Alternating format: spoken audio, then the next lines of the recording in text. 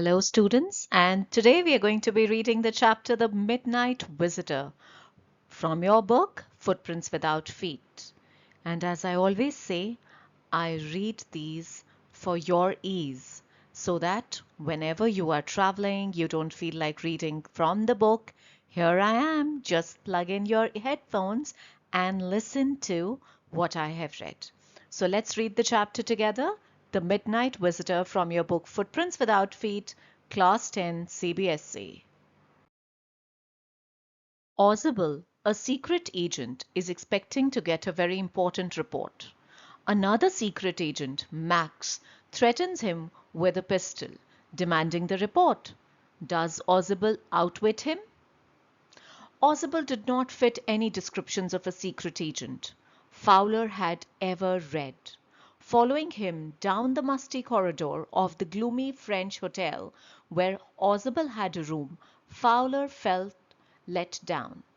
It was a small room on the sixth and top floor, and scarcely a setting for a romantic adventure. Ozible was, for one thing, fat, very fat, and then there was his accent. Though he spoke French and German passably, he had never altogether lost the American accent he had brought to Paris from Boston 20 years ago. "You are disappointed," Oswald said wheezily over his shoulder. "You were told that I was a secret agent, a spy, dealing in espionage and danger. You wished to meet me because you are a writer, young and romantic.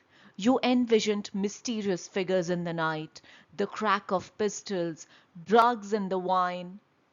Instead, you have spent a dull evening in a French music hall with a sloppy fat man who, instead of having messages slipped into his hand by dark-eyed beauties, gets only a prosaic telephone call, making an appointment in his room.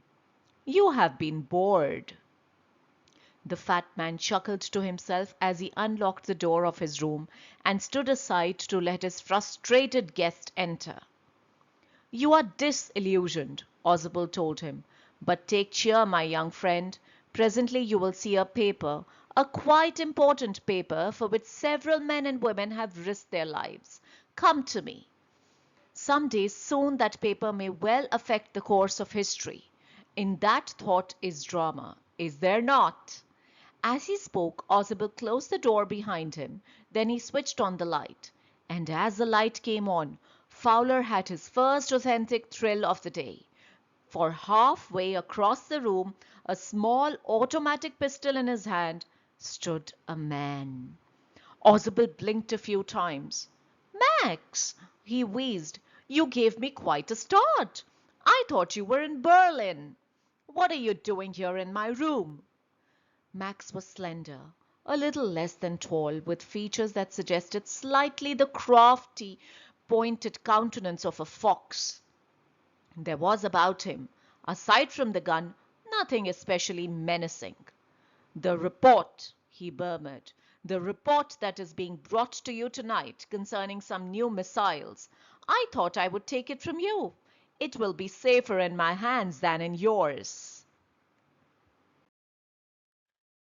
Ozible moved to an armchair and sat down heavily.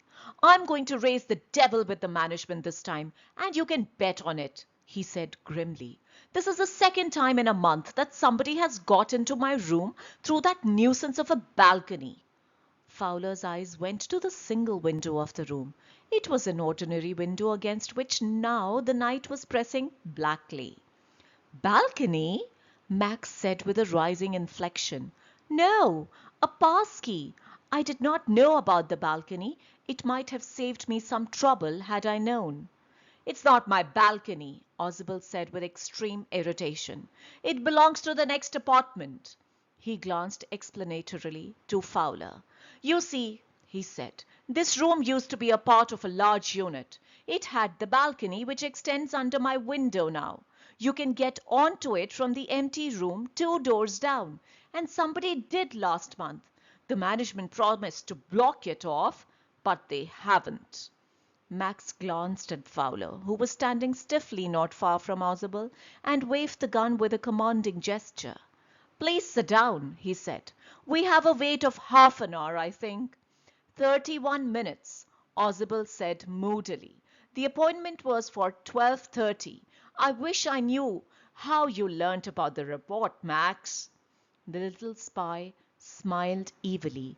And we wish we knew how your people got the report. But no harm has been done. I will get it back tonight. What is that? Who is that at the door? Fowler jumped at the sudden knocking at the door. Ozable just smiled. That will be the police, he said. I thought that such an important paper as the one we are waiting for should have a little extra protection. I told them to check on me to make sure everything was all right. Max bit his lip nervously. The knocking was repeated. What will you do now, Max? Ozable asked. If I do not answer the door, they will enter anyway. The door is unlocked, and they will not hesitate to shoot. Max's face was black with anger as he backed swiftly towards the window. He swung a leg over the sill. Send them away, he warned. I will wait on the balcony. Send them away or I'll shoot and take my chances. The knocking at the door became louder and the voice was raised. Mr. Rosable! Mr. Rosable! Keeping his body twisted so that the gun still covered the fat man and his guest, the man at the window grasped the frame with his free hand to support himself. Then he swung his other leg up and over the windowsill. The doorknob turned. Swiftly, Max pushed with his left hand to free himself from the sill and dropped to the balcony. And then, as he dropped, he screamed once, shrilly. The door opened and a waiter stood there with a tray, a bottle and 2 glasses. Here is the drink you ordered for when you returned, he said, and set the tray on the table, deftly uncorked the bottle and left the room. White-faced, Fowler stared after him. But, he stammered, the police. There was no police, Ozable sighed.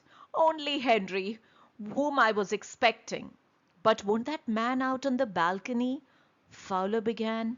No, said Ozable. He won't return. You see, my young friend, there is no balcony.